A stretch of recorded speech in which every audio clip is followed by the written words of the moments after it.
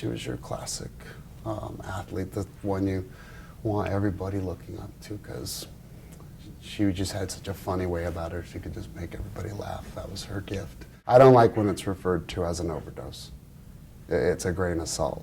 That's not an overdose. That's not what we were taught. We told our kids to stay away from cocaine and heroin. Mia that day was perfectly 100% herself. Her beautiful self with her sister, doing her hair, doing her nails, cooking dinner. And that next day, the life was just gone. You know, fentanyl, as you may have known, or you may know based upon your research, is a much cheaper drug than other drugs.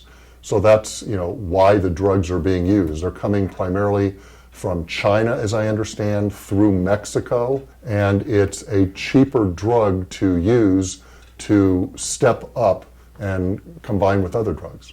Part of our job as prosecutors is to try and get a message out to deter people from certain behavior. So if you're 20 years old, 25 years old, 30 years old, and you're selling drugs to make a profit, we want those folks to know that if somebody dies as a result of your motive to make a profit, to sell drugs, we're going to take it seriously. You're going to go to prison. I blame anybody that's selling this.